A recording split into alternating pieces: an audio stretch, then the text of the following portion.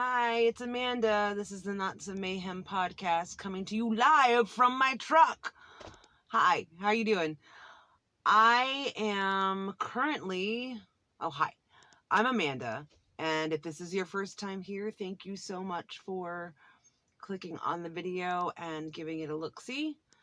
And I like to talk about my crochet adventures, mainly my adventures with making sweaters, which look at that. It's really cold outside, so I had to cover up my most recent sweater. I have about 15 minutes before my oldest kiddo gets out of therapy. And so I thought, well, considering how hectic the rest of the day is, I'll go ahead and record in the truck here and see how it goes. And if worse comes through worse, then I'll, erase it and won't publish it at all. And I'll re-record when I get home later. However, later I will have 2 kiddos running around and probably no time and no quiet to actually talk. So yeah, how are you? How is your week going? What are you up to? Happy Valentine's Day. I hope that you are having a blast. I hope that you got chocolates and flowers and whatever else it was that you wanted for Valentine's Day.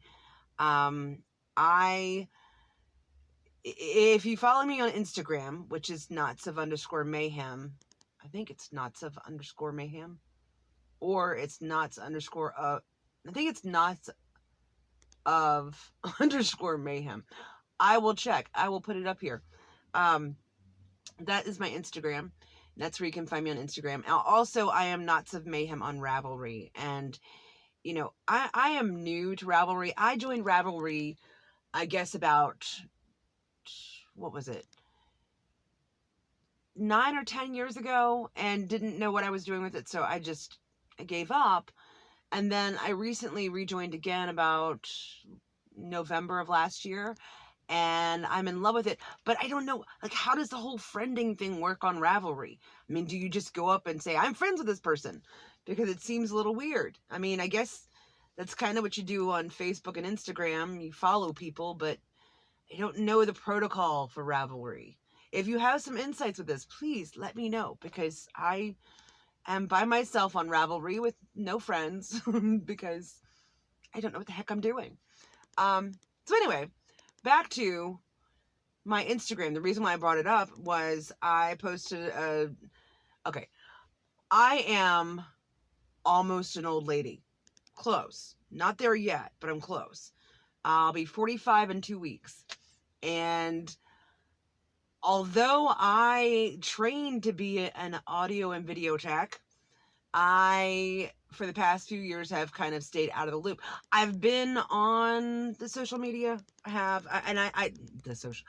social media. I like social media. I do. I'm just very awkward at it. I'm very bad at it, hence the last video. But so I'm trying to become more affluent with it, and affluent.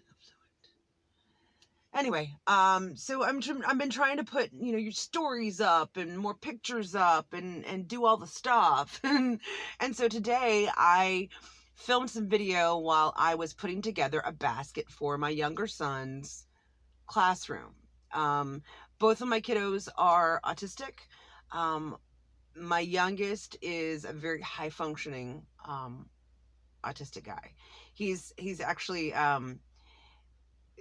he's like a 69-year-old stuck in a 9-year-old body. It's hilarious and frustrating for him, but hilarious for the rest of us. He will give you a dissertation for 20 minutes if you let him. Actually, he would probably go on for an hour if you let him, about the craziest things.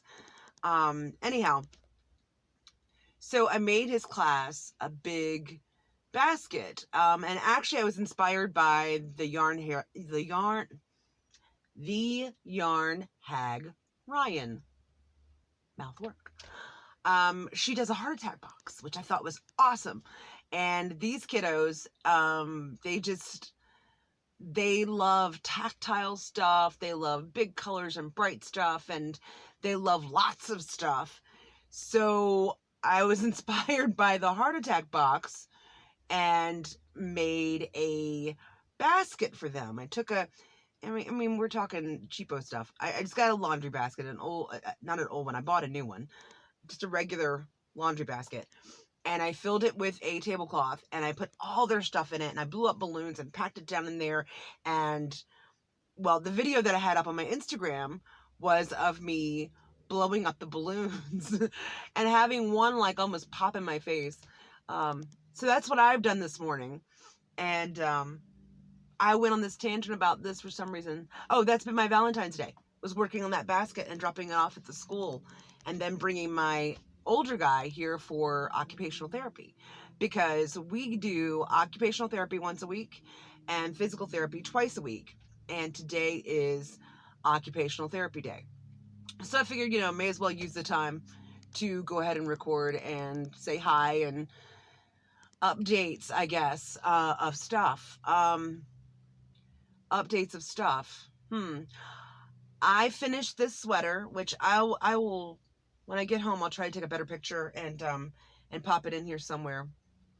It is my sweet tart sweater that I made for Valentine's Day.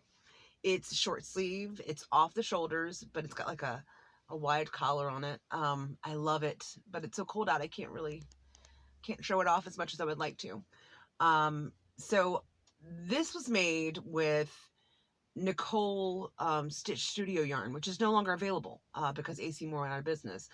And I know there are places where you can buy it and stuff, but I haven't really had the wherewithal to source that. So I used up what I had, and because I ran out, or I was running out of the cream color, I made it a short sleeve sweater, and it's cute. I love it. I've been wearing it all day long. If you watch the video that I put up on Instagram, oh, and that's right, I put up a small video here earlier too. So yeah, if you watch that, you can actually see the sweater. So yes, that's number 5. 4.5. I'll be honest, I have not finished the houndstooth. I don't know what the hang up is with me and this houndstooth right now. And I'm going to make myself do it this weekend so that I can say legitimately 5 sweaters down. I don't know what it is. It's one sleeve. It's just one sleeve. I can do one sleeve. I will get through one sleeve. I promise. I will do it this weekend. So, other things. I am working on sweater number 6, which I am doing for the season of the granny. Now, I might actually hang on to this one until we get closer to the end of the season of March. I have totally forgotten. I know it's March 8th or 18th, or I think it might be March 18th is when everybody is kind of going to reveal their season of the granny things. But I'll go ahead and show you what I'm working with, because I showed you if you watched my last podcast, I showed you the ovals that I'm working with. And they're actually, it was a Christmas ornament, granny blanket, a granny Afghan that Mikey from the Crochet Crowd had put up a couple years back. And I started it and never finished it, and so I have all these circles, and so I was like, well, I'll just make a sweater out of it, a little cardigan, and I am loving it. I am totally calling it the Not Your Average Granny cardigan once I finish it, if I finish it. But this is what it looks like so far. You see? It's made with Lion Brand. No, I'm sorry. It's made with Impeccable loops and threads, Impeccable in the centers, and just various other yarns. It's totally scrappy. It's absolutely scrappy. But I don't know if you can see all that. But I'm putting it together very strangely too, because they are ovals. I am kind of constructing this just in a different way. I don't know how it's going to work out. We'll see. I'm going to play with it, and I have put it together and frogged it back about 3 or 4 times now, and I'm hoping that at some point it will stick. At some point I'll get the shape that I want. So yeah, that's what I'm working on now, and hopefully, I love the colors. I absolutely adore the colors, which is really funny because I have moved into this mustard loving place in my life that I never thought would happen. I'm not a girly girl. Okay. And I'm surrounded by boys, all day long. So I don't really get a chance to be a girly girl. So when I do, I like take full advantage of it.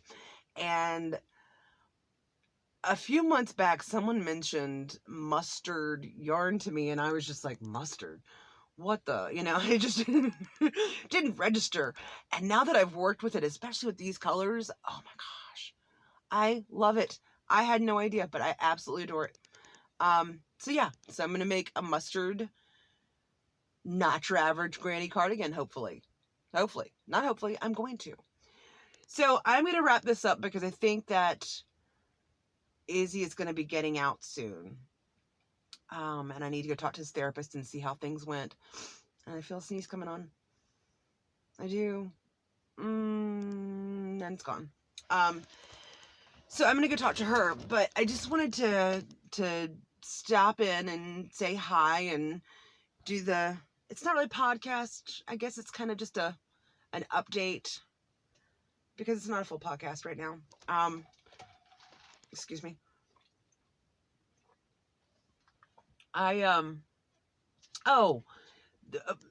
change of location. Another reason why I'm doing this in the truck. And you might notice that I have a little bit of a different energy here.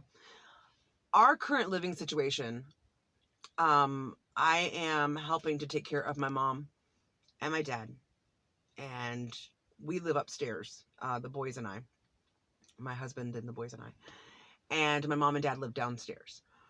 And it's just not a comfortable environment for me to do what I want to do. I'm trying so hard because I feel like I have put a lot of my life on hold for all these other people. I love them dearly. I love all of them dearly.